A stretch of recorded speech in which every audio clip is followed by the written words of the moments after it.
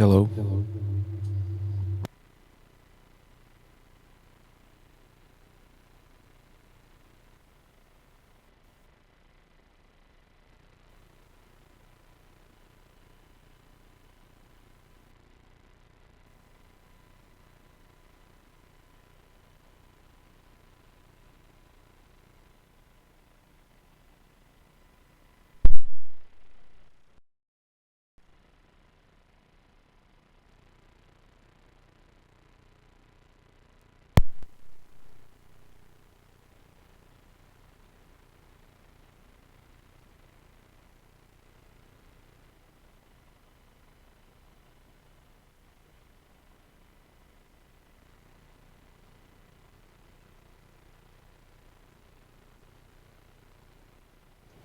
Hello.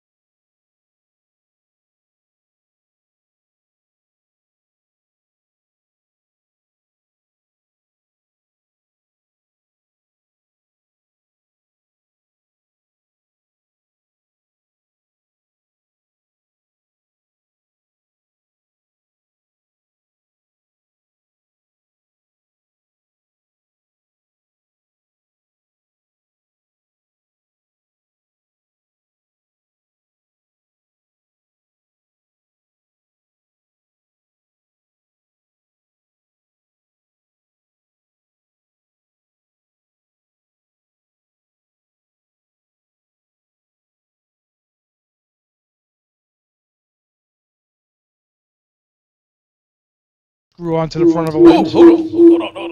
Oh, crap. Sorry, guys. I had the volume turned on. And That's all right. He cut out a filter with a water cutting machine, and then put the filter over the sensor, and it worked. I mean, the way he did it, it worked. But I was like, it's not how I thought it would work.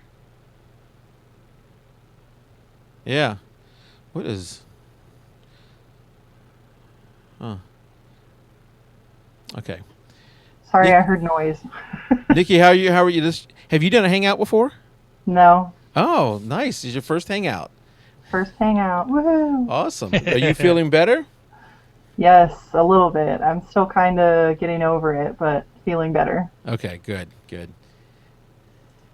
Yeah. So I had accidentally had the I can listen to the feed through Wirecast, and I accidentally had that turned on, and I need to make sure Oh, all my sounds are turned off, or else we'll get feedback, or we'll get, you know, something else horrible.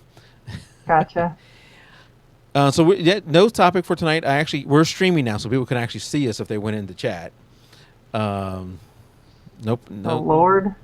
Hey, you look Oh better no! you look better than the two of us, Okay. so no worry about that. Um, but no topic, just general discussion, about whatever we want to. If you want to talk, some about your Flash, that'd be nice too. But we were Oh, just talking Lord. about. I was telling Tim, I was catching Tim up. That whole race we were trying to have to get to 1,000 subscribers on YouTube.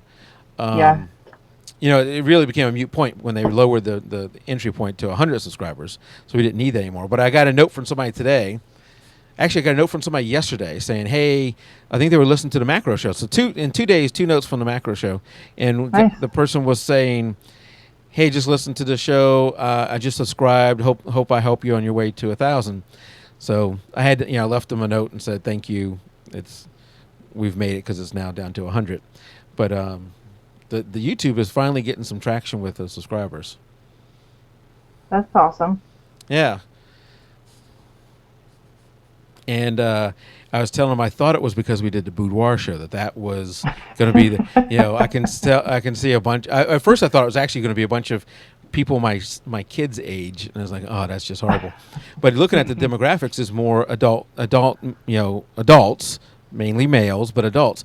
But actually looking at the stats, it's not been that show that's been driving as much of the new subscribers and the views. It's been the Macro Show. For whatever reason, that show we did with Don on Macro, which I found interesting, and I thought he was a wonderful guest, but I didn't realize, not everybody always agrees with me.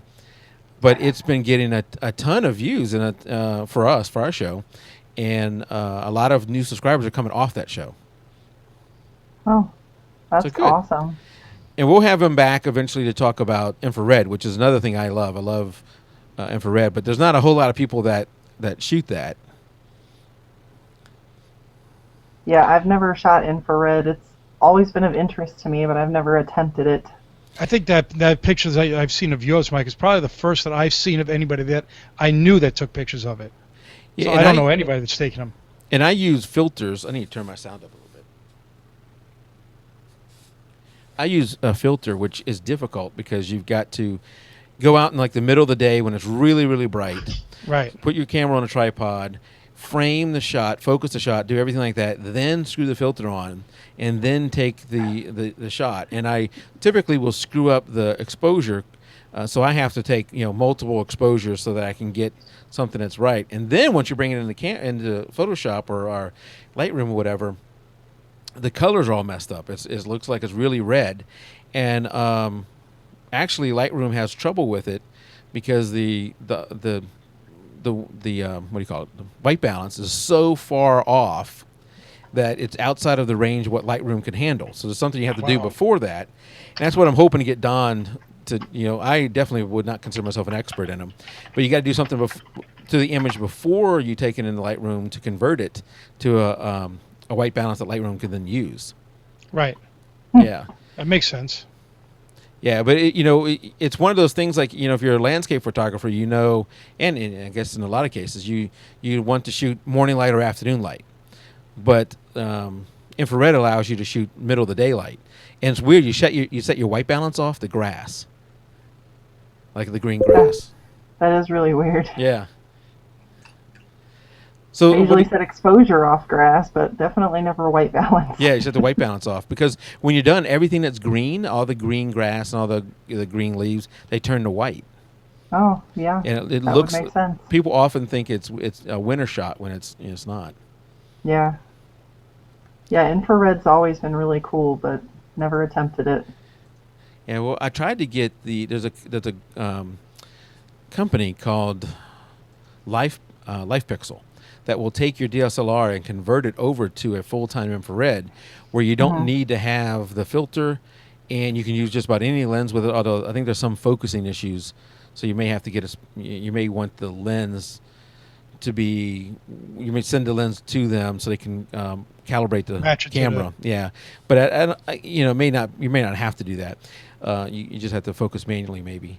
But now your exposures are more normal because, like, it could be middle. Well, and you could also see then, correct? You could You see. can actually see the picture. So what happens with me if I'm taking a middle of the day? This is bright sunlight, and I'm shooting. It may be a 2 to 6 second shot that you're taking, and you're thinking that's crazy. It's middle of the day, and it's super bright. And normally you'd have some really high shutter speed, and here you are having to shoot at 2 to 6 seconds. It just seems Right. weird, but that's how dark it is.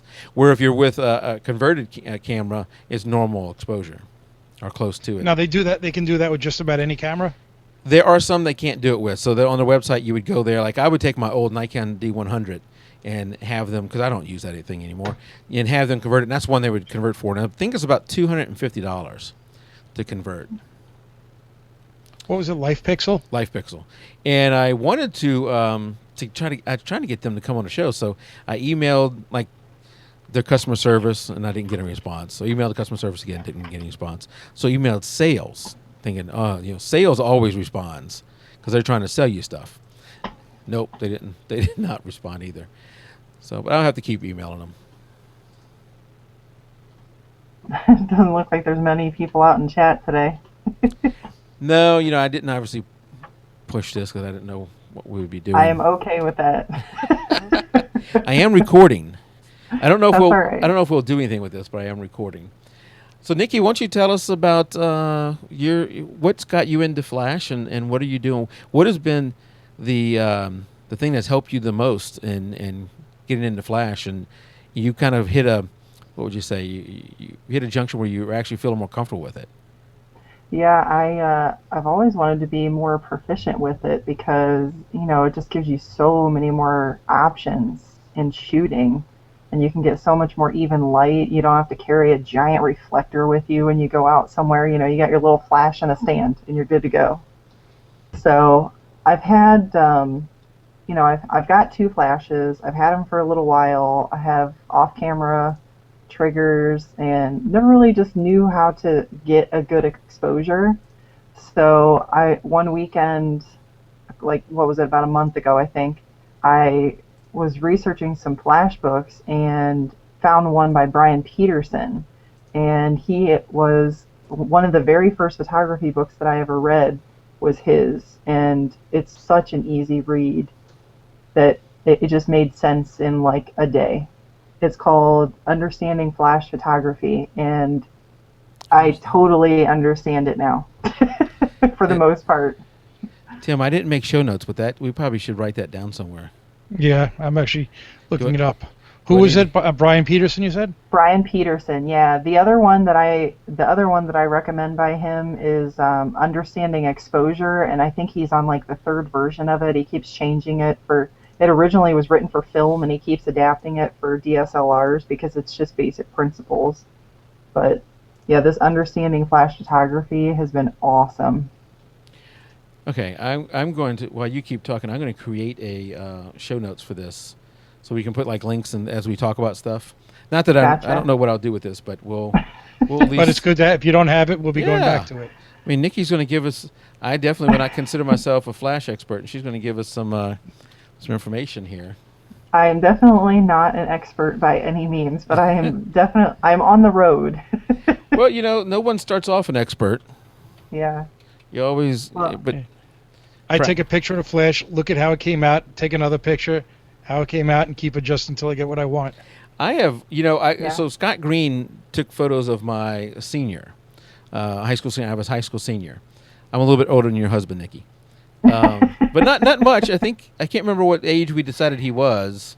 He I is remember he looked good for his. 48. Oh no, he is a year older than me. Dang it! I think he looks better than me too, younger than me. um, but anyway, Scott Green took photos of my high school senior, and there's a guy who obviously is practice and practice and practice and done it over and over again and become very comfortable with it. And even with Yeah. him, there's a little bit of dialing in. Take a shot, you look at it, oh, it's off, but he can dial it in really fast within just a couple of shots, and he Yeah. integrates it into the shot. Where like my son doesn't feel like he's waiting. Oh, when's this guy going to get it right? He's talking Right. to my son. He's telling him stuff. So it almost like my son feels like he's in. Well, I guess he is. He's part of a photo shoot, but he feels he does it in a way that makes him feel more comfortable with the posing and doing all that. And Right. but Scott can dial it in really fast. Where I'm like Tim, I gotta keep playing with it. And I know Right. I kind of know the rule of the aperture controls one thing and the shutter speed controls another, but I The aperture actually entirely controls the amount of flash light that you get, and your shutter speed completely controls your ambient light. yeah. Right, because it's what I'll do. I'll wind up stopping down the shutter so that I can get, especially on an indoor shot, so the background has got some brightness to it. Not that it looks like everybody else's picture where your foreground is nicely exposed, but you see nothing in the background. And I Right. hate those pictures, so I try to get it, and half the time it winds up looking good in camera, though. But then I realize when I look at it on screen, it's like, damn thing is blurry. 'Cause Yeah. it shook just a little bit too much. Yeah. Stupid tiny LCD screens. Okay, Tim, I'll share it with you. Yep, I got it. Okay, so what else? Because you Well, if you shoot with a manual flash, which I didn't, I have a Canon 480, I have a Canon 480, and then I have a completely manual, like super cheapy $50 flash that I really wasn't sure what it was going to be able to do for me, and that's been my go-to now since I started using this. There's actually a built-in guide on the back of it, and I have no idea how to use it. I remember that when my father used to take pictures. Yeah, it's so easy though. If you have one with that, I mean, there even a lot of the more expensive flashes that are out there right now, like the Canons and the Nikons, they all have those guides built into them. And literally, all you do is get your camera settings for your ambient light, dial in those camera settings on the flash itself, and it tells you how far away you need to be from your whatever you're shooting to get a correct flash exposure. wow. I know, I was like, light bulb. Ding, ding, ding. I need Yeah, and then you can turn the flash intensity up or down. If as long as you have those controls, you can turn the intensity up or down to move the flash further away or closer to whatever you're shooting. Okay. I know I've taken some shots. I don't think I have any examples of them here. Of my kids, used to be when they were younger, in order to get them to help me with the leaves in the front yard, I would make a leaf pile. But in order for them to let them play in it, what I would say is, you got to let me take pictures of you while you're playing in it. Because bribe. by an early age, they were already sick of me taking photos of them. So we'd have to start the playing in the leaf pile with them, a little bit dressed up, not like church clothes, but like a flannel shirt or something like that. And this would be middle of the day, and I would go get my flash and I would shoot them just to fill it in. And it's amazing how much of a difference that what was going to be a bright sunny day, but adding in that little bit of flash brings out even more, makes it even better of a shot. It better does. photo. It makes a huge difference. Yeah, you were showing some of your husband where if you looked at the before photo, it wasn't that bad, but with I think it was your husband, and then with the flash, it was even better. Yeah, it was amazing. I just being able. I mean, I've been playing with Flash for probably 2 years now, trying to figure it out and how to get it look like I want it to look. And after a day and a half of reading that book, it was just like, I can't believe I didn't read this sooner. Well, I don't know how you are, but I hate to read. I do. Well, I'm not a big reader either. I bought it as an ebook, and then I'd read like a couple pages, and then if it was something I'd get interested in, I would keep reading. If I got disinterested, I'd set it aside and come back to it later. But I mean, his books are super, super, super easy reads, and they come Okay. with a lot of examples, so you can see exactly what he's talking about. Okay. I'm gonna have to go get that. I think it was like $20 as an ebook. I don't Okay. know. I'm sure it's still in print somewhere. Yeah. 1758 at Amazon. There you go. And I use just the bought it Amazon online. link. I can't use the Amazon link. They figured that out. When I Oh, first got the account, I said, "Oh, I'll do I'll buy something myself and see what happens, so I can see how this stuff works." Well, they know when you ship it to yourself and it's your own account, oh, they don't give you that, which makes sense. I mean, everybody would make an affiliate link and just Right, to get, get a little credit back. yeah. use So your wife's I'm name. sure you figured out how to get around well, it's to that. the same address, so they probably would know there, and I don't want to cheat. Well, ship it to work. There you go. Go back to the I don't want to cheat, Tim, and at some point you get caught. It's not cheating, though. Well, yeah. No, And for the pennies that you're going to get off the book. right. I mean, it's Not not worth it. worth it. True. Well, yeah, it's not worth it. Mike's thinking about it. No, it's because speaking at work, we do buy a lot of stuff at work, and I said, "Hey, you want us to use your link?" And since I'm over the IT department, I said, "Absolutely not. Do not ever use that. Would not look good if the guys who work for me were using my link and me getting money for the show that way. That would No, yeah, that easy could way be, to get in trouble. Yep. Yeah. No, it's always a little better bit. to leave no doubt. So, for me, my son is a high school senior, a high school swimmer, and swim season is coming right around the corner. I think he's already starting practice, so the first meet is somewhere later this month. But he's a senior. This is the last year he's going to be doing this, so I'm really not looking forward to this season ending, and it goes by so fast. And at the end of the season, they do something where all the kids get into a row, two lines like this, and they kind of they put their hands up, and the seniors walk through it with their parents. And for the last few years, I've been one of the parents that's at the end taking photos of the kids and their parents coming through that line. And it's going to be an emotional time for me because it's going to be the last time he's going to walk down that. The first time he's going to walk down that aisle, and I'm not going to be the photographer, and it's going to be like the end of the season. So my only hope is my younger son is getting into track. So I'm hoping now I can switch over and do track.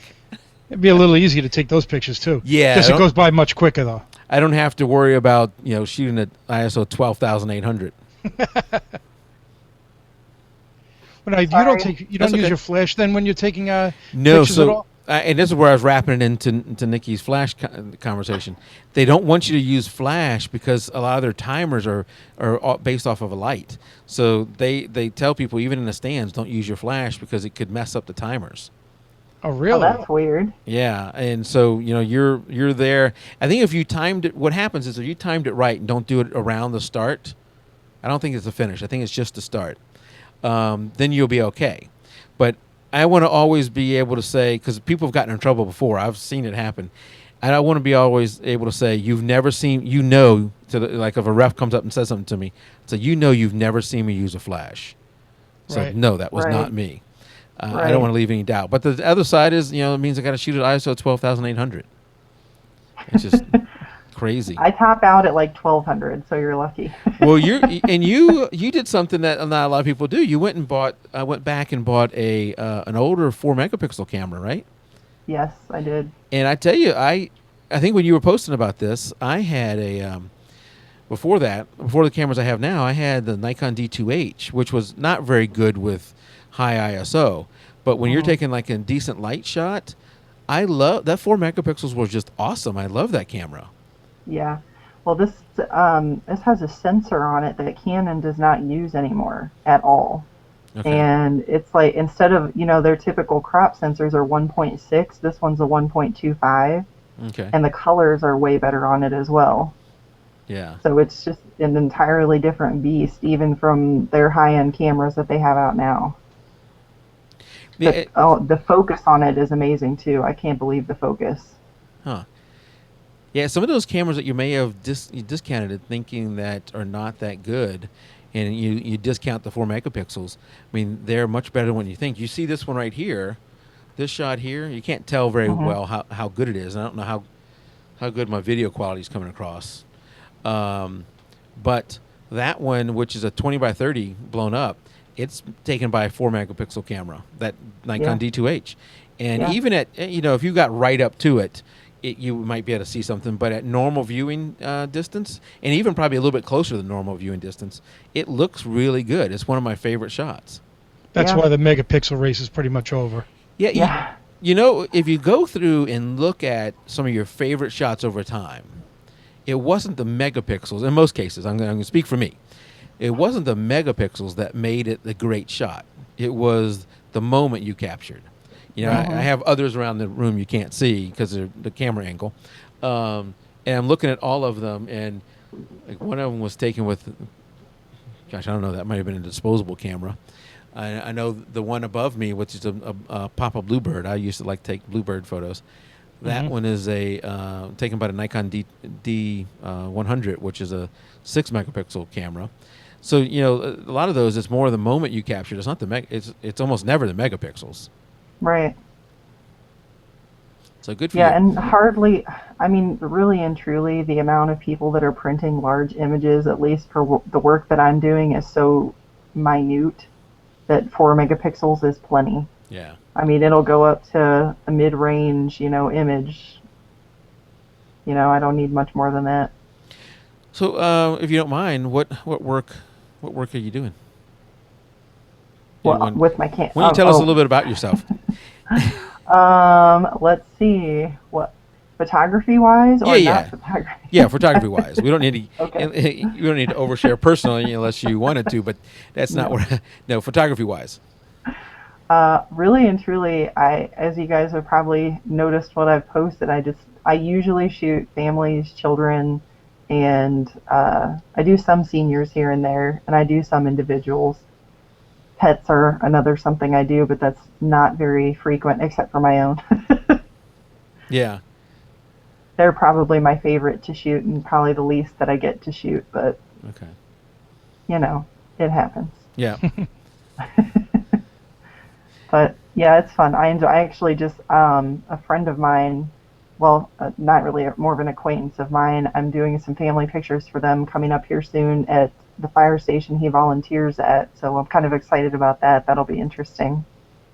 Yeah, one of the things that reminds me of something I want to do. Every year we have a photo contest here. I guess it's a photo contest here in my town called Snap Swanee.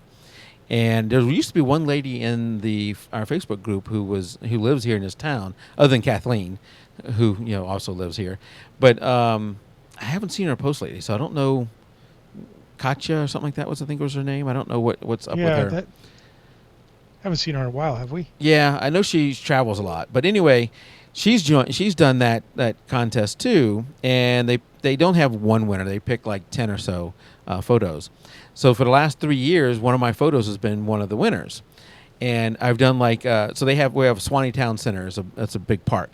And I've done, one year I did sunrise over Swanee. The next year I did sunset. And okay, I got to get a little more creative.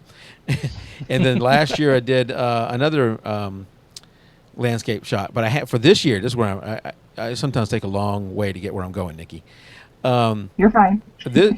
This year I had a great idea, and since I'm sure nobody's listening, I can go ahead and tell y'all.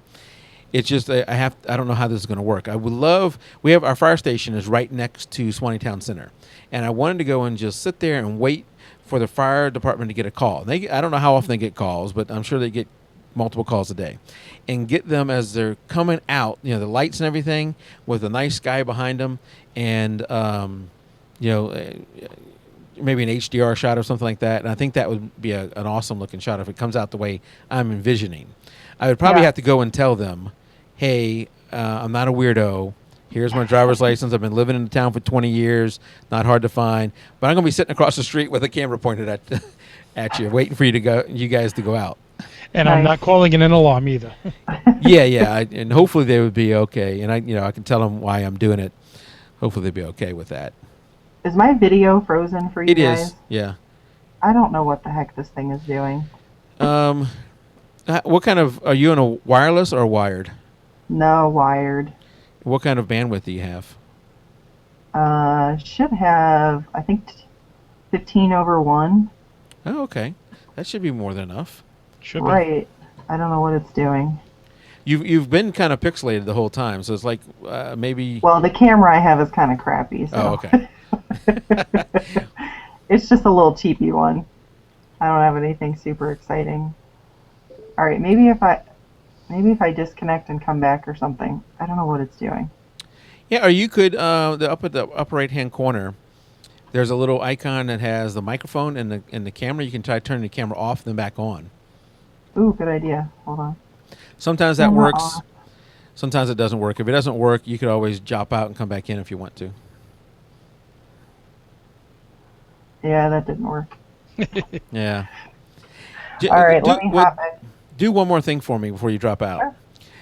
Sure. Next to that camera icon, it looks like a I don't know what you would call that, almost an upside down triangle or something. Yeah. If you put your mouse over it, it should say adjust bandwidth settings. Yeah. Click on that and tell me where is it sitting at? There It's at the highest right now. Auto HD. knock it down one notch and let's see what happens. We're down one. Okay, it didn't do anything. No. Because that's one thing you can do to limit your bandwidth if it was having trouble with the bandwidth. But if not, you can try dropping out and come back in if you want. Yeah, that'll probably do it. I don't know what wait, something's refreshing. The heck just... I have that issue every once in a while too, and it turned out for me, it was my USB port. I wound up plugging it in somewhere different from that one. Huh. Huh. For your camera? Yeah, I had it plugged into the back of my monitor because the monitor had a 4-port back there, and I think that was what was causing me all those issues previously. Really? Because mine's plugged into my monitor too. But I have an advantage over you guys. Well, the one you're seeing is actually not plugged into it. So I got the one that goes out. The one that goes out to the feed is a direct feed from my camera to. It goes through the monitor, but it goes straight and then goes into Wirecast. The one you're seeing is on a whole separate computer. So I do have that advantage over you guys because I'm broadcasting. Yeah, you're just that much better. We know it. No, it's not that I'm better. It's just that I'm the broadcaster, so I get to. Mike, you got like 12 computers in there. I'll be right back, guys. Okay, I'm yep. gonna reset. Although you know what, I think they do. How does my video look? Is it pixelated? Yeah, a little bit. You know why I think it? I think somehow because on my Matter end. of fact, now you're frozen. Really? Oh no, now you're going. You definitely got a lot of. You're like at 30 frames a second at best.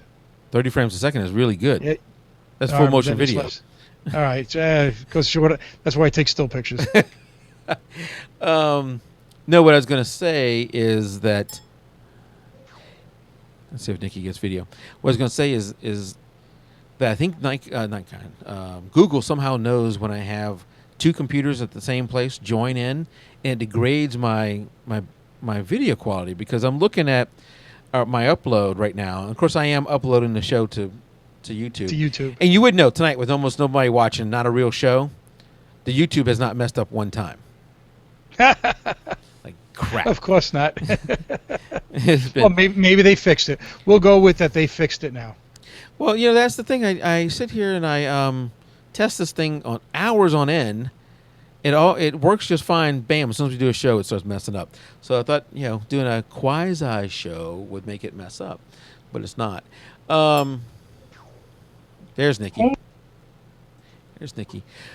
So what I need to do for next time, Tim, is create a separate account. I have a separate account. We created it just for guests. Have it join rather than my two same accounts and see if that makes a difference. Because YouTube, Google degrades my video quality when I join twice, even if I got plenty of upload capability. So something's going on there. Now, do you think they're going to know based on your IP address, though, that it's coming from the same place? They may still know from the IP address, yeah. Right. That they may.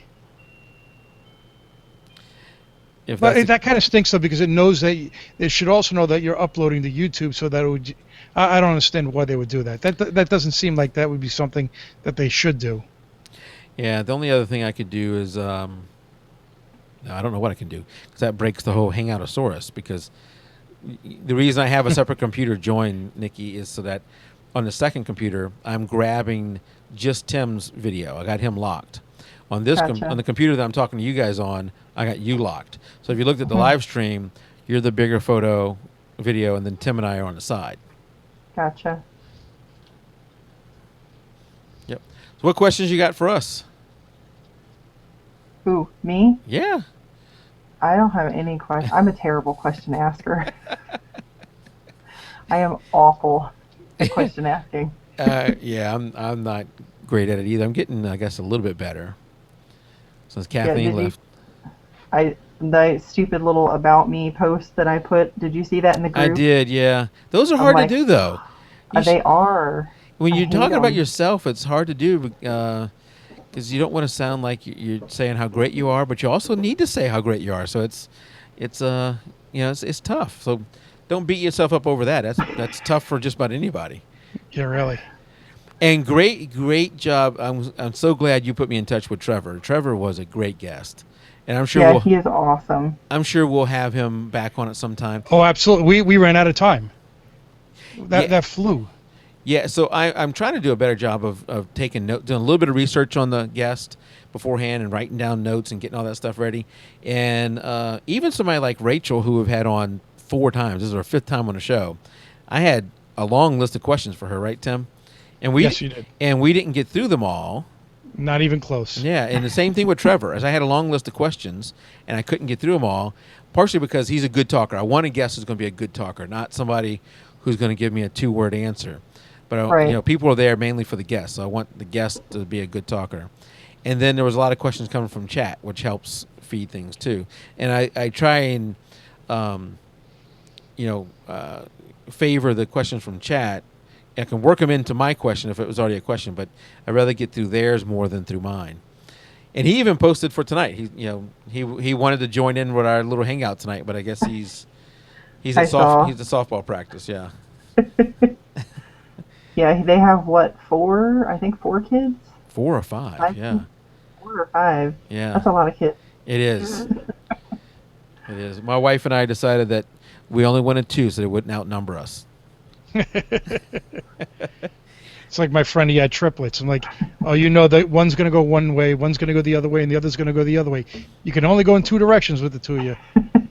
Well, what we did when they were young is we also swapped off. So one night I'd put one to bed, the other night my wife would put the other one to bed, with the theory being that we could both have bonding time one-on-one with them. Right. And it turned out that my youngest son got into a daddy phase, and he never got out of it. I mean, years and years later, he was still in this daddy phase, to where, like, my wife could not change diapers, my wife couldn't put him to bed, nothing. That's a likely excuse. And whose excuse for her? Yeah. Oh, no, you got to change Well- the diaper. She doesn't want me. Okay, this is going to be bad, but I was eating it up. I was like, yeah, who do you love more? You love daddy more, don't you? I wish for that. I wish for that to my 14-month-old daughter now. Daddy's number 1. Mommy can be number 2, but daddy's number 1. Apparently it worked. Well, now he's a teenager, and he's on his own. Doesn't want you ask him, how was your school? How was your day today? How was school? Fine. Can you give me a hug? Nope. Well, my son's 11, and I see the change already slowly. So let's get back on photography here for a second. Just for a second. So Tim, I had you had a baby recently, and I didn't see any newborn Kathleen Bowie style photos. Yeah, right. What was up with that? You know what? I was just talking with my wife the other day. I said, you know what? When Jack was born, I did a full his first year, I had a full album. I'm like, I do not have one like that of my daughter. I took a lot of pictures. I probably took more pictures of her than I did of him. I just actually have to print them out and put them into an album, just like I did for Jack. So Yeah. that is something that's going to happen soon. Matter of fact, I just put on Facebook last week, my daughter-in-law last weekend had a baby. I put more pictures of her daughter on Facebook than I did of my own. I'm like, yeah, I'm just terrible. Well, I went to the the Home Server Show meetup. So this is Tim and I both, Nikki. Tim and I both met through another podcast. Actually, the forums for a podcast. And when I was first starting the show, I was looking for. That was really my only outlet. Is the guys I knew from that. So anybody who had any kind of interest in photography, and Tim was about the only one. I was like, hey, come on a show with me, and Tim and I have been together since like show number 4. But that group has a meetup this is the third year, I think it was, that they Third year they have a meetup, and it was in Indianapolis. So I drove up there for that, and they had, I think, close to 60 people. Now, they were mainly, other than 2 wives, there was all dudes. So this is I heard about that the little faux pas. It was a little geek fest. Yeah, it was a little guy geek fest, and I did make the mistake. I assumed that the wives were there just because they wanted to spend time with their husbands, and this was a little mini getaway and all that. So I assumed what would happen is at lunch they would go and say, "Oh, good God, this is all I can take of this. I got to go do something else." So when one of them was walking back in, I said, "Oh, that's great. I'm glad you're making it back for the second half." And I think she took offense to it, and I've tried to apologize in every way I could, but because later I found out she's actually in IT. So and I noticed this in the second half. I kind of paid a little bit of attention to it. She was probably into it more than what her husband was, and paying attention and like looking like she was really interested, because I think she really was interested in what was going on. But I took a lot of photos that day. And it's easy to look like you know what you're doing when you're in a room full of people who don't. All these guys are, of course, into tech and all this kind of stuff. And if it goes beyond their camera phone, they don't care. It's not that they're not capable of learning; they just don't care. So Tim, I don't know if you saw any photos. I didn't think any of them were great, but they loved them. And I love going to events like that where you can have someone take photos of. Yeah, I saw a couple of them. Yeah, it's a great, a lot of these guys, like Tim and Jim Collison and these other people I've talked to, like we are right now, Nikki. And if you talk to some people for a long time, you kind of get to know them. But meeting people in person is a whole nother story. And I will say that none of the people that I met online, when I met them in person, I thought, wow, that's not how I expected them to be. That maybe their attitude was different or whatever else. They were all what I expected. It just was different. It's being there in person. It was nice. I really liked it. Someday I would love to have something like that for our group. Yeah. Yeah. I mean, you talked about that a while ago. So there's always struggles. The one thing is, Nikki and you both live far away.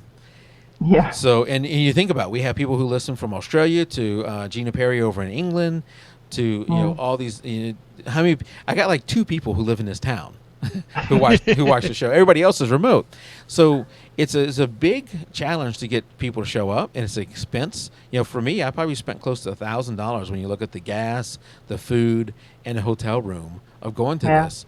And it's not something everybody would want to do. Now it's only once a year. But, getting people to do that is a challenge. So you got to get big enough where even if a small percentage of people show up, it's still a good enough number of people. And I think they had like 10 or 15 the first year, 30 last year, and 60 this year. So you're not getting a huge crowd. But I envision that hopefully someday we can do that. And if I can convince Kathleen, we can do like some breakout session. Kathleen for newborn, Scott Green for off-camera flash, Mike Coletta for studio flash, and I got some other people that I know who are all local who wouldn't help me organize it, but they would probably be interested in doing like a little session like that. And that'd be a lot of fun. Awesome. Yeah, that'd be a lot of fun. Yeah, that would be fun. But I think we're a ways off from that. A couple of years, a year or two. Yeah. Year or two max. Yeah, I got to get back to booking guests. I was telling Tim I've had motivation. Work has been so crazy that I'm having. When I get home, I'm tired, and I'm finding trouble getting motivated to do stuff with the show. And then It'll come back to you. Yeah. I mean, because then we have like somebody like Trevor. I get all motivated again. Oh, that is awesome! Like, I love meeting guys, people like Trevor, and really almost every one of our guests have been just absolutely fantastic, and I'm so glad we got to meet them. Yeah, I So far, the I ones say that I've Trevor was seen have very been inspiring awesome. last week, no doubt about that. Or 2 weeks Yeah. ago. What was that, Nikki? I was just saying, so far, everybody that I've seen has been great. Yeah. Yeah. And I know eventually we can get Michelle Moore back on the show. She's from Seattle. She was really great. that's And awesome. yeah. And she, and they give me some people's names on who they want to have on the show. And I know we have another boudoir. I think it's a husband and wife who do that, and we have them back on the show. I don't want to do too many of those because then it looks like we're doing those just to do them. But Right. I want to touch multiple types of photography, not just have every week be a wedding photographer. Right. Yeah. Did you ever? You gotta check out that one I sent you. The other, I sent you that other one. I think it's called Blind Seven. Did you ever Yes. get to look at much of his work? I did, and that was very good. And he's different too. I'd like to bring him on sometime. Have not reached Yeah. out to him yet, yeah, but I'd like to have him on because I like to get different types of photography on the show. Yeah, he's like one of the, I wouldn't say top in the country, but he's one of the leading, like, the horror genre photography type guys. He Yeah, does quite a bit. I know Jeff, and I'll mispronounce his name, but he's not listening, so it won't matter. Wycliffe, how do you say? Yeah, that's close. I know. I look at his name and I know I'm going to mispronounce it. Oh, I know he would love that show because he does some of that too. He would love that show. He's Yeah. got some crazy pictures. Yeah, But it was great when he was on. He explained it. It's like, this isn't difficult what he did. I mean, granted, some of it was a little dangerous, but it's not all that difficult. Yeah, I don't know, Nikki, if you remember that show that he did the light spears where he was making the he's taking like a rope with what was it on there like Rope with LED lights on it. LED just lights, or no, he also had steel wool with a battery or something like steel, that. right? That was. And he would spin it, and it makes this light circle. So he also does the horror stuff like you were talking about, but he's doing these light spears or whatever. So the horror part is, I think, where he would like the one that Nikki was talking about. His work is pretty. He's actually hosting a photo walk this weekend on Sunday that I might go up to as long as it's not raining. I think right now we have like a 60% chance of rain. So I know, I'm like, really? Where do you live, Nikki? I'm in Ohio, Northeast Ohio. I'm out in New York. Oh, okay. Well, you have similar weather to what we do then. Yeah. We've had absolutely fantastic weather here lately. It's been highs in the low 70s with a nice little breeze and just the kind of blue sky with the white puffy clouds. It's just been beautiful here for a while. Those white puffy clouds are great until you have a little bit of wind moving them in front of the sun and you're trying to photograph. Yeah. I found that out a couple months ago. Yeah. No, because you shoot manual? Yeah. Yeah. I shot a golf outing for work, and because I work for a really large retailer, and our IT department is without not including contractors, over 300 people. Okay. Wow. So they have, so we've got like little get-togethers and things like that to kind of intermingle, because we're all kind of spread out and not everybody gets to know everybody. But they had a golf outing that I photographed, and it was a beautiful day. It was like middle of summer, and it was a high of like 67 and sunny, and it was absolutely gorgeous. But it was so windy, it kept blowing the clouds right in front of the sun. So every time I'm like right there ready to go, and then all of a sudden cloud, and I'm super underexposed. I'm like, every time. It was so frustrating. When I shoot the swimming, there's parts of the lane, the parts of the lane that are really bright and parts that are really dark. So from the beginning, when they kick off the block, maybe I'm shooting at 1/500th at 12,800 ISO. And then in the middle of the lane, it may be all the way down to like 400 ISO. So it's crazy, the exposures. I mean, it's multiple stops of difference there. And so I got to be very careful with that, so I don't dramatically overexpose or underexpose. When you're shooting at that high of an ISO, you really do not want to underexpose because it would just be horrible. Yeah, but it's allowed me, So I went from the Nikon D2X, and even the D2H, which we were talking about before, Nikki. That's a 4 megapixel camera. The disadvantage to those cameras is, at least the ones I had, was the high ISO. The ISO was just awful. Anything above, let's say 800 ISO 800 was just awful. But with the D700, I don't mind shooting at ISO 6400. It's still ISO 6400 on a D700 is probably just as good as ISO 800 on my old camera. Now, there's some noise there, and of course, when you get to 12,800, there's noise, but I can deal with a little bit of that noise, and the parents are just looking at these online. Most like, there's been a few that have purchased it, but most of them are just looking at them online, and I can deal with a little bit of the noise, and that's better than shooting at too low of a shutter speed, because then you just got let's say a diver coming off the board is just a blur, and it's just worthless. Yep.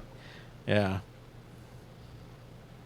So Tim, what are you into shooting lately?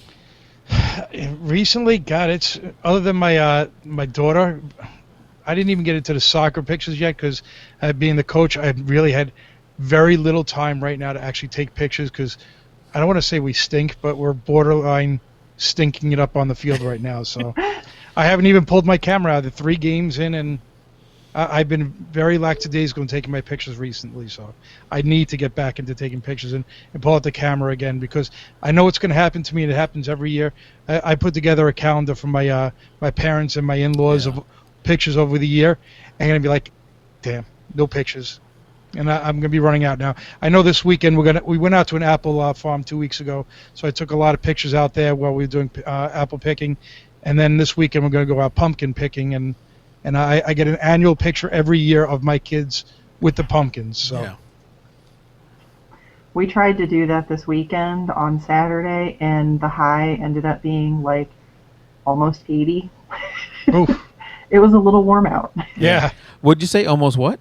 80. Almost 80. The high? It's going to be close to 80 here this weekend. That's not bad though. 80 down 80 down here. It's a little hot this time of the year. Yeah, for us, it's pretty warm. Okay. For us, mid-60s is normal. Okay. Yeah, Tim, I used to shoot a lot of soccer. I even shot for a company that did that, which was great because all I had to do was take pictures, and a runner would come up and take my card and take it back, and I didn't have to worry about any editing or dealing with parents. I would just go and shoot. That was a good part, but the bad part was you were shooting you would get there at 6 a.m. and not leave till 8 p.m. And I do that on Saturday, and you're on your. I remember one day I did it. It had to be in the mid-90s, and I brought all kind of drinks, and I drank all these drinks, and I was worried about the only restroom there was these porta potties. I never want to go in one of those things.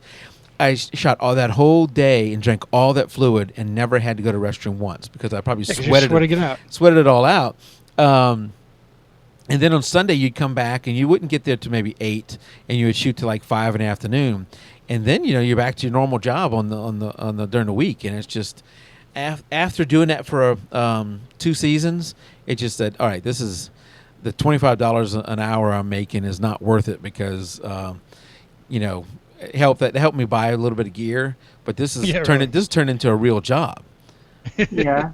And it's That's a lot of work. Yeah, and thousands and thousands of images later, because you couldn't even shoot a whole game. You shoot one quarter, then move on to the next game. There's so many games going on. You have to bang out as many shots as you could of as many different kids on that field, get the shot, and then move on to another game. Shoot that quarter, and then by halftime, you'd be moving on to another one.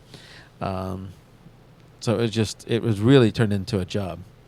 But at first I loved it. It was just a lot of fun because I love shooting it. This is a way I could just shoot my heart out until I couldn't shoot anymore. And I didn't have to worry about editing the thousands of photos I was taking. Right. Which was awesome. Yeah, that's the best part. That's a good thing. Yeah, because I still didn't finish off editing my pictures from Disney, and I'm back over a month already. I'm like. It's like, really, I just got to sit down and do it. So do you guys? Maybe I struggle sometimes with my editing. I look at it and I don't know. It just doesn't look right. Maybe I've pushed it too far. Why is it? nobody else's images look this crappy when they edit them. It's just mine. What is wrong with this? Well, And I know one thing that I had an issue with. My calibration is not working right now on my screen, and I know the pictures are off. So I'm like, I'm not even doing anything until I get my screen calibrated, because otherwise it's all going to be wrong. yeah, so I calibrate my screen, and one way I can. So the screen I'm talking to you guys on is completely uncalibrated, and I don't care. It's just for the podcast, and it's for Right. me to watch what's going on. The main screen that y'all can't see is the one where I do my editing on, and it is calibrated. But one of the things that helps me is the histogram. So sometimes I'm thinking it really throws me off by having this screen over here that is so much brighter than the editing one. I always think that something's wrong with the editing one. It looks too dark. But the Right, exactly, because when mine gets calibrated, I show it corrected and uncorrected. I'm like, oh my God, that is so dark. Yeah. But when I go print it out, it's like, oh, it was right. Well, one of the things that helps me is when I look at it, I look at the histogram too. And does the histogram make sense to what I'm visually seeing? If I'm thinking that my monitor on the left is so much brighter, my monitor I'm editing on is too dark, but then you look at it and everything's not pushed to the left, then okay, it gives me some comfort. I did just calibrate it, so this thing is probably right. That gives me some comfort. Now you're using the Spider, right? I am. I'm using the Spider 3. Yeah, I'm gonna have to look, because I got the Huey Pro and I'm not. I like it, but it's not working correctly anymore. And it could be the USB port on the back of the monitor too that's causing it. Yeah, it could be that. I made a mistake because I have a Dell as my main monitor and I have a Samsung as my second monitor. And when you mix, and both of those I try and calibrate, but they never look the same. And it bothers the heck out of me that I can never get them to look the same. Really what you should do is buy two, if you could, two of the exact same monitor. That's your best chance if you're going to have two. So if you're going to have two, it's better to have two of the exact same so you can get them calibrated as close as you can, or at least two of the same brand and the same type. Right, I got an NEC. That both IPS I have, which was if you're going to the get important thing. Yeah, if you're going to get IPS, then you want to get two NECs. Maybe one's a 27 inch, maybe one's a 22 inch, something like that. If you can't get them both exactly the same, in my case, they're two different sizes and they're two different brands. Well, yeah, my NEC's the old 4x3. It's not even widescreen. Yeah. Wow. I got that one a long time ago, but it's still a great I can't get rid of it. First of all, I paid an arm and a leg for it, sure, and it's still great. Long as it works. You got a square one. I didn't think those were still out there. Yeah, thanks. It's still there, and it fits nicely on the desk side by side. Yeah. My wife walks down here and sees the 6 monitors and goes, "What the heck has happened down here?" What are you doing in here? Are you broadcasting? Well, yes, I am. Well, and I tell her, I said, other than the 2 main monitors, all the other ones were like $80 monitors, or, which I guess when you add up the different monitors, it gets to be real money. It's still several hundred, yes. Yeah, and I didn't buy them all at one time. I did it over time. I only have 10 $80 monitors, honey. Yeah, really. Don't worry. Yeah, I know. It does add up. Oh, look at that. I just got a thing popped up that says it's time for me to calibrate my monitor. How often does it remind you? Every 2 weeks? Must be, yeah. Cause that's what mine is, 2 weeks. I calibrated not too long ago. So, Nikki, do you do most of your editing in Lightroom, Photoshop, or something else? Lightroom 99% of the time. I do some things in Photoshop. Like I love high pass sharpening, especially when I'm sharing online. And if I need to do any heavy cloning, I'll do that in Photoshop. But just, for little light things, Lightroom has gotten so advanced at it now. Mm-hmm. It's just a world of difference. So when you take an image from Lightroom over to Photoshop, are you doing it within Lightroom where you say edit in Photoshop, or are you doing like an export and then bring it in?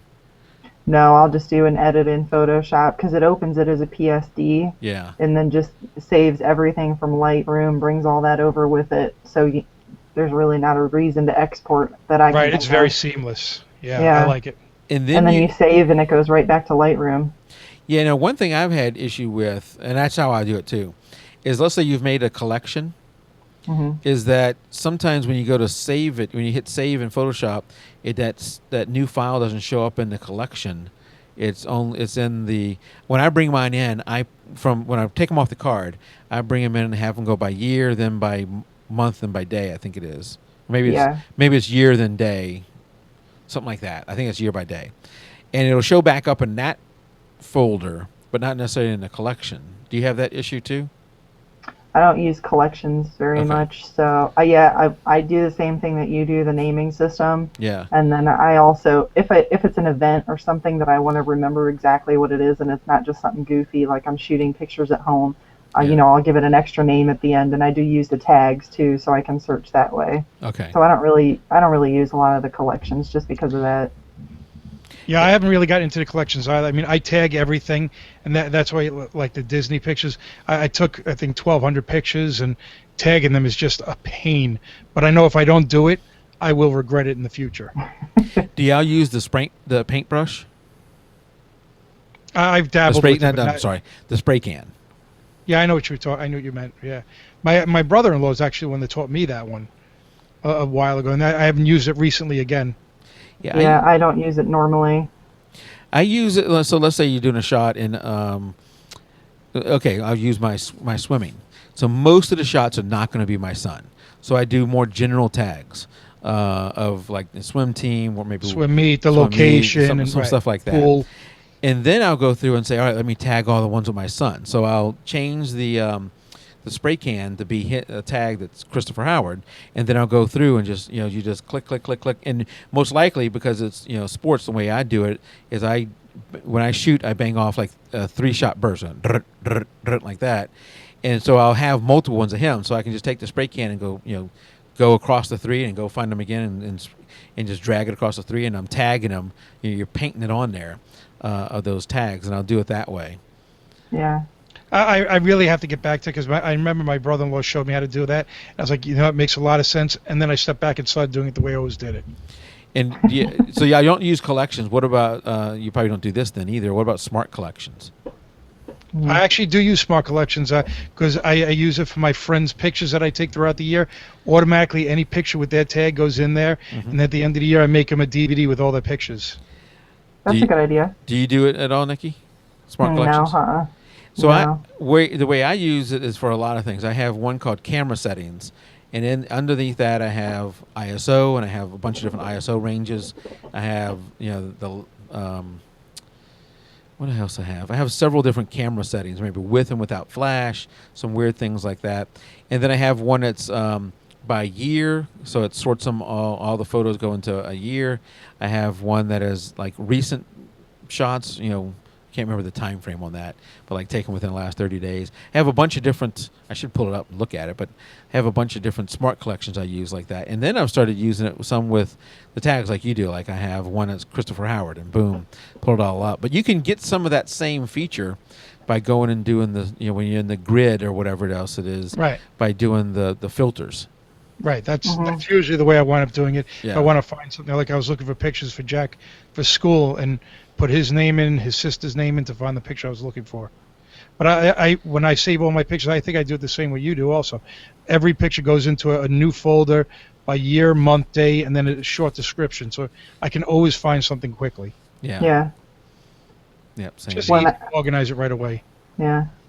When I export too, in that same folder where it's named, I've come up with like how I specifically want to export it, and then I'll have one for a folder for social media or high res images or whatever. So even underneath of that, if I'm like in my computer underneath of that date, there's even more folders after I've exported. Okay. Well, how about this one, Nikki? You're shooting in RAW, I assume. Yeah. When you import, what are you importing it as? Usually I just do it as just a copy over from there. Every once in a while I do it as DNG, but not always. I think everything now goes over to DNG right now, except if I took something in JPEG, obviously. So Yeah. I am still just importing as RAW. I go back and forth on the DNG thing, Tim, and I've read the pluses and the minuses, and I think even Trevor may have done an article on F-stoppers about Oh, I DNG. didn't see that. I'll have to look for that article. Yeah, so I think he did an article on that, and some of the there's advantages, of course, to it, but some of the disadvantages are some of the camera specific. Let's say if you got there's Canon software, there's Nikon software that works with those raw images, and if you ever have like for instance, we're talking about the infrared stuff. Nikon can handle those wild white balances. The Nikon software. I've never used the Canon stuff, but the Nikon can handle those wild white balance stuff. So when I used to use the Nikon software, shooting infrared was not that big of a deal. The problem is that I don't think the Nikon or the Canon software can read DNG. So if you want to use one of those, or some of the other RAW processors can't read DNG. So there's advantages and disadvantages, and I've just kept it in. I just kept it in RAW. I've switched over. Yeah, and I know a lot of people who depends. have. Now, here's something else for you, Nikki. When you download it, when you import an image, let me pull it up here. I now have open Lightroom. Okay. There's where you can make a second copy. Yeah. There's a feature. Do you use that? No. I do not. Oh, Tim, you don't either. So no, it goes over to my server at night. Every night, everything's copied over. So I obviously have a setup that I can't recommend everybody else has because it's too involved. But you could kind of copy some of this and do it in a simpler way. But I have, like Tim, I have a server that sits there running CrashPlan, and everybody in the house, their files go to that thing. So as soon as, let's say, one of my kids saves one of their homework things, boom, CrashPlan's backing it up. But what I do when I go to import a card from into Lightroom, I have it put a second copy over there on that server. So as it's downloading, CrashPlan's seeing it, and it's uploading it to the cloud right then and there. And then I have the original here. If anything were to ever mess up with my local copy, I could always go and get it off the server. So it's, if you had, like, let's say, an external drive and an internal drive, you could have Lightroom do that. You wouldn't have to do it as fancy as what I'm doing. You could have it right from the bat, send it to your backup and to your regular hard drive, and that way, you wouldn't have to worry about if something happened before you had a chance to back it up. It's backed up as soon as it comes off your card. right. Yeah. But anyway, that's what I do. Do y'all apply any presets or anything as you import? Nope. I've dabbled with it a little bit. I do apply some metadata that specifically is copyright information. Yeah. Yes, But- I do that. That I do. Yeah, the presets themselves, I can't really find one that I'm in love with enough for every single image to do them, so I just do it all What about and like develop. what about the camera calibration? So when I'm looking at it now, and I don't always remember to do this. So this is why I was thinking about doing this when I bring it into the Lightroom right from the beginning. There's that thing down below called camera calibration. Do y'all use that at all? I will at times, but this is where you're lucky you have a Nikon and I have my Sony. A lot of my camera and lens combinations may not be in there. Are you talking about? Hold I on, think it's let me called pull it camera up. calibration. I mean, There's a couple different there's many different camera settings. Let me see which one you're talking about, because I can't remember what they're called. Oh yeah, calibration I don't use very much. yeah, I do use the lens corrections though. I do too. What I find odd, like my full frame camera with my Nikon 70-200, which is a full frame lens, there's a little bit of vignetting that's happening. Even when I'm shooting at ISO, when I'm shooting at wide open at 2.8, there's a little bit of vignetting that happens there. And when I use that lens corrections, it clears it right up. It does really good with that. But I'm talking about I think it's two things below that called camera calibration, where I can apply that, and it does make it look different. So I don't know if that's something you should be doing or not be doing, but I generally apply that. And that's one of the things I'm thinking about doing as one of the presets when I bring it in. And I seem like I always add a little bit of clarity and a little bit of vibrance to an image, and I may then add more. I may add more clarity and more vibrance, but it's always like a minimum I'm always going to add. That why not just do those as part of the preset when I bring it in? Those few little edits that you're always going to do, if there are any. Maybe there's none for you guys, but I've thought about doing that, and I think Question for you then: now that you add that, do you notice yourself adding even more on top of it later on? It depends on the image. Sometimes no. I have this feeling. Here's what odd. Maybe I'm odd in a lot of ways, but I have this feeling that I've got to touch every image. So even if I were to, I'm there with you. even if I were to find, let's say if I took an image and I edited it exactly the way I want, saved it as a preset, and then re-imported it and applied that preset, I would still feel like I got to do something to it. You know what I'm saying? So you're right, Tim. I got to be careful that I don't apply all these things on import and then go back and do even more to it, and all of a sudden looks really crappy. But there's a lot of edits that I cannot apply across all the images because I a lot of times don't. I have the highlight warning and the black warning, whatever that is, the shadows warning, shadow warning turned on. And I hate seeing the red blinkies. The red. Well, it's not blinkies on here. It's red for highlights being right. Yeah, being clipped, and black and blue for blacks being clipped. And I hate seeing either one of those. And I will do the shadows. On the sliders to get rid of I do the sliders to get rid of them if I can. Do y'all do any of that? Absolutely. Mm-hmm. And that's why with RAW you actually get to recover that. When I used to take pictures in JPEG, I wasn't recovering any of that. Yeah. And that was really the reason I wound up going to Lightroom anyway, because Lightroom made it so much easier than when I used to use Photoshop for editing pictures in RAW. I mean, Photoshop was a pain in the neck. It really was. Yeah. Mm-hmm. Yeah. A friend of mine is just getting a little bit more heavy into photography. He's doing some weddings and events and things. And probably 6 months ago, I tried to talk him into Lightroom, and he's a die-hard Photoshop guy. So he calls me the other day, and he's like, I need you to help me with Lightroom. It's not easy to pick up, but once you start using it, it is so much easier than Photoshop. It is. It's such a time saver. Well, you remember Kathleen, Tim, used to be Kathleen, that same way. She is well beyond us now with her Lightroom. Well, because she's a little more committed than we are. I mean, she decided, all right, I'm going to do this Lightroom thing, and she just, dug herself into it and really learned it. She was already really good at Photoshop, so probably she's a faster learner at that stuff than right. She understood than me. Adobe already, so she was able to catch on really much faster. But yeah, she I think she resisted at first too, and a lot of people, no doubt. A lot of people do. But I think once you get into it, you find that it's easier, and you can do a lot of your edits there. Now, there's things like you talked about using the high pass filter in Photoshop, Nikki. I like that too. So sometimes you want to bring things into Photoshop, things that really the cloning is still way better in Photoshop than it is in Lightroom. So if it's not something simple, it's definitely better in Photoshop. Yeah, I know. I have done like some of these high school kids I do for when I'm doing swimming. They have a lot of acne, and I will, I don't want to spend the time that Lightroom's gotten better with that, but I can bring it over into Photoshop and get rid of a lot of the big acne really fast, then bring it back, and it's not something you want to do for 1,000 photos, but I do that, and some of the parents notice. Some of the parents have noticed that. Wait a second. Yeah, no, they like it. They. Because hey, that's part of being a teenager, I guess. It's not their real look, and that'll eventually go away, hopefully.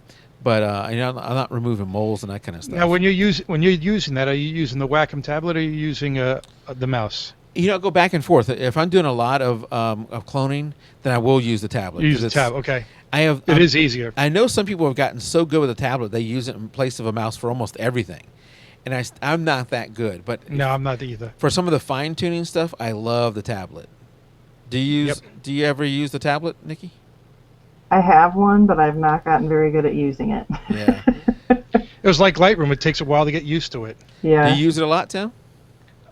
When I'm doing a lot of editing like you for pulling out stuff, yeah. Matter of fact, when we had what was that? Topaz Labs. Yeah. That's when I was really using it after I started using some of those plugins. I was just thinking, as we're talking about those high ISO images I was talking about earlier, I got to go back because I bought the whole stupid thing of Topaz. Topaz, so did I. Yeah, and I now have not used that much, and really there's some good stuff there. And I need to go and use a denoise. But he made it look so easy too. I was like, man, how come I can't do it like he did it? I know. I went and tried to do some of that. Where you like just draw around somebody and it cuts them out so easily. That's what I was doing. I was like, oh, I got to do it on this picture. Yeah, it didn't work like that. It didn't. Yeah. Okay. Good. It wasn't just me. Well, what I did with my daughter's 1 year birthday, we had the birthday party in my backyard, and I put up a green screen in the backyard, and I put up so There you that know, you're everybody's a photo standing in nerd. front of this. And then I took that picture and I superimposed it on Disney property, and but it was Awesome. painful. And some pictures didn't. So one guy came with a green shirt on, and I was like, really? Oh, I was like, really? That was painful. Yeah, I bet that was. um, yeah, I need to use some of that stuff because I bought it, and I know at one point I would love to do what we're doing here with you, Nikki. I would love to do more of these and make this have the show on Tuesday nights, and then have a standard, Wednesday or Thursday night have just a hangout where we open it like this, and anybody can come in and we just talk about stuff. And I would love Yeah. to share, do screen sharing and do more of that kind of stuff. It's just the time commitment. And you can see tonight, no one else has joined us. I'm glad you did, and just with Tim and I. But I would, I'd imagine if we did this more often, more people would jump in, and it can help each other learn some stuff. Because I would love to watch somebody else do some editing and learn and ask some questions they're going through. yeah, But that would be interesting for sure. yeah, and if so I'm not committing to anything, but it's one of those things where if you're done, say, hey Mike, I got to go. You go, and then and look like you were boring you to death right now. No, I'm tired. You're fine. You could come and go as you wanted. That's the beauty of a hangout like this. Is Right. unlike Skype, if you hang up, the conversation keeps going. Right. Even a person who started the hangout, if that person leaves, the hangout keeps going. Nice. I think that happened during one of the shows, Tim, where my computer crashed during the middle of it, Nope, and just you crashed on you. you and the host kept going, you and the guest kept Yeah, we going, did. and then I was able to join It back took in. you like 3-4 minutes to get back in because I think you had to reboot. I did, yeah. I funny. purchased that Adobe subscription for the photographer, the $9.99. Very good. So, and I just got an email, I think from Adobe, I think it was today, saying that it's going to stay $9.99 for the life of it. As Really? long as I was very surprised. I got to find that email because we can bring that up later. Yeah, send it to me. $9.99 for life, unless you cancel your subscription, then it could change. Send So that it's like, to well, me because that's- I'd like to post something about that. Yeah. Okay, I got to find that then. That is good news because that's one thing we all fear is that once they have us hooked, now they can just keep raising the price on us, and there's not much we can do. No. Are you? Well, doing I think creative? the Go ahead. sorry, I think the biggest problem going to be with it is if you do stop using it, your Lightroom catalog is going to be useless to you. So Yeah. I'm kind of in this for life now. And I wish they would address that somehow by saying you would get an old version, or after you're in it for a year, 2 years, whatever. They got to work out the numbers and what is math will work for them mathematically, but give us some way to say if you would hate to be a subscriber for 5-10 years and then cancel, and now all your stuff is unreadable. Right. You want to have some way of doing it, and you have to be understandable that you can't get Lightroom and Photoshop forever by only subscribing for a few months. I mean, that's just not going to work. But there needs to be some middle ground. Are you doing any kind of Creative Cloud there, Nikki? I'm so back and forth on it. I haven't decided for sure yet. I don't know. Yeah, and I don't know if before Creative Cloud, what I did is I would buy a version of Photoshop. Bought the first one, paid full price, whatever it was, and then would only upgrade every few years. I would skip 2 or 3 versions before I do another upgrade because Yeah. I wasn't enough to make me pay $200 every 15, 18 months when they had an upgrade come out. There'd have to be some major feature to Right. make me switch. Major feature Right. that would impact me. Right. And so therefore it's not, I can't really look at it as the cost of having to upgrade every 15, 18 months versus what it is now, because I wasn't doing it that often. Right. Well, it's different. I would think if you're doing it full time, it Sure. becomes part of your business expense, and then it's a tax write-off. Not that you're not spending money on it, but full time, you're making hopefully if you're doing it full time, you're making enough money to support that. Right. I think at that point, you're right. Hopefully you're making enough money. You kind of have to look at it as the cost of your gear to do your job. It's like the camera and the lenses. It's part of the cost of the job. Right. And hopefully, you buy it at a full price at one time, and after that it's just the upgrade price, and now it's just a subscription price that you can Right. get for whatever it is. It'd be nice if they gave you an option. I don't know if there's out there, but some kind of discount if you paid for a year in advance. So Yeah, that'd be interesting. instead of paying I think at the full price, if you can't get any kind of discount, is $49.95 or something like that a month. But Yeah. if you could pay for like the whole year in advance, maybe you get it for $39.95 or some kind of discount that makes sense. Right. Yeah, that would definitely be probably advantageous to a lot of people. Yeah. For me, because I think we're paying $29.95. We get the educational discount because of my wife, and I don't use any of this for money. It's paying a little bit every month. While I hate a monthly commitment, I hate having Right. that. It's a small enough amount that I don't notice it that much anymore. Right. And I'm using some of the programs that I probably would never have bought. What are you doing there, Tim? That's the screen share. It was part of a. If you see question number 15, I'll have to cut that and paste. Can you see it on your screen? No. It says, "Were you aware that the Photoshop program you purchased for $9.99 a month will stay the same price for as long as you continue your current membership?" So that's good news.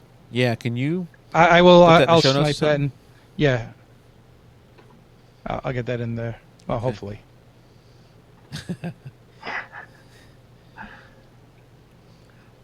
Yeah, because I think that's that's a fear of a lot of us who are in the cloud.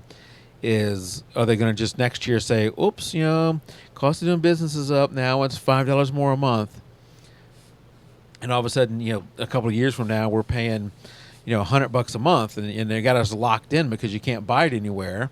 Right. And if you stop paying, you no longer have access to anything. Unfortunately, and I don't know who you work for, Nikki. I think, are you in the IT department there, or? Yeah. So you know this. Unfortunately, a lot of companies are going to this subscription model. It's only a matter of time for someone like Microsoft does something like that for their main Windows. They'll make Yeah. it a subscription model.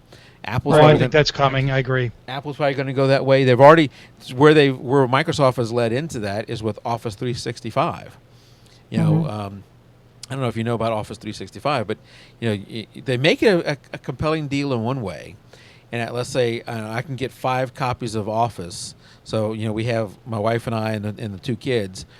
We can have each person have the full Office, but then we got to pay an annual subscription fee. Yeah.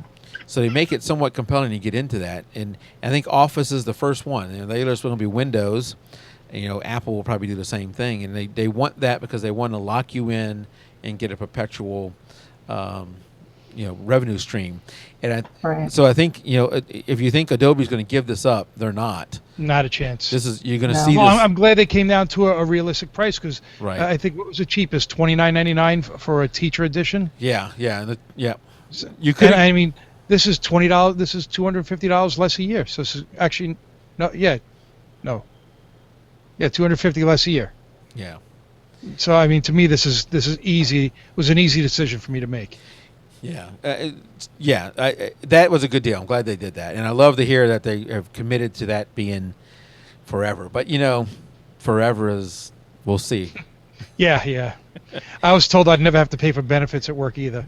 Yeah, Oh, you that work? changed. Yeah, we all know who you work for because you mentioned it before. But I know that some companies now are doing, and we're getting way off topic here, but are doing if your spouse has access to insurance where they work, then they no longer get covered under your policy. They got to get insurance where they work. Yeah, they changed that in my company. I didn't say that out loud, but I knew that Now about UPS. UPS. 'Cause- And if you smoke, it's a $150 a month surcharge you got to pay as well. Wow. A month. A month. Wow. You know where UPS is headquartered, right? Yeah, down by you. Yeah, right here. Yeah, So- I've been there. So yeah, I knew that, and I think you're going to see more companies do that because health insurance is just, if you know anything about the financials of your company, health insurance is just crazy expensive. Oh yeah. Yeah. Yeah. So And far, we've it makes sense. managed to stay in it. It makes sense to me because my wife doesn't work, so it didn't impact me. Yeah. My wife works for the school system, so it'll be interesting to see what they're going to do. What were you going to say, Nikki? Oh, I was just saying, so far we've stayed away from that. Yeah. For the most part, they've been pretty decent about the benefits where I am. The company that I work for is, have you ever heard of K Jewelers or Jared? Yes. Oh, of course, yes. I work for their parent company. They're headquartered here in Ohio. And you Oh, have okay. I see a lot of 300. commercial, especially Christmas time. You see You a have lot of 300 commercials. people in your IT department. We have 2,000 people at our home office and Wow. 18,000 field employees. We actually have 13 logos now, 14. We just acquired another company called Ultra Diamonds out of Chicago Okay. this past year, and I can't remember if that makes 13 or 14 logos, but we're nationwide now. And actually, our parent company is in Europe, Yeah. Well, you've so heard of it's a my large company. company. You've heard of my company, Waffle House. Waffle House, And yes. Yeah. there's nobody listening, but I'm going to go ahead and kill the stream. So we're talking a little bit of company information Off here. topic. Sure. So I don't think anybody's listening. If you are, Goodbye. that was the hangout. We're going to end the show here. Sorry if you wanted to hear what I was going to say, but I can't say it out loud where people can hear me. So if you're out there watching, bye. Nobody's out there. Hold on. Stop streaming.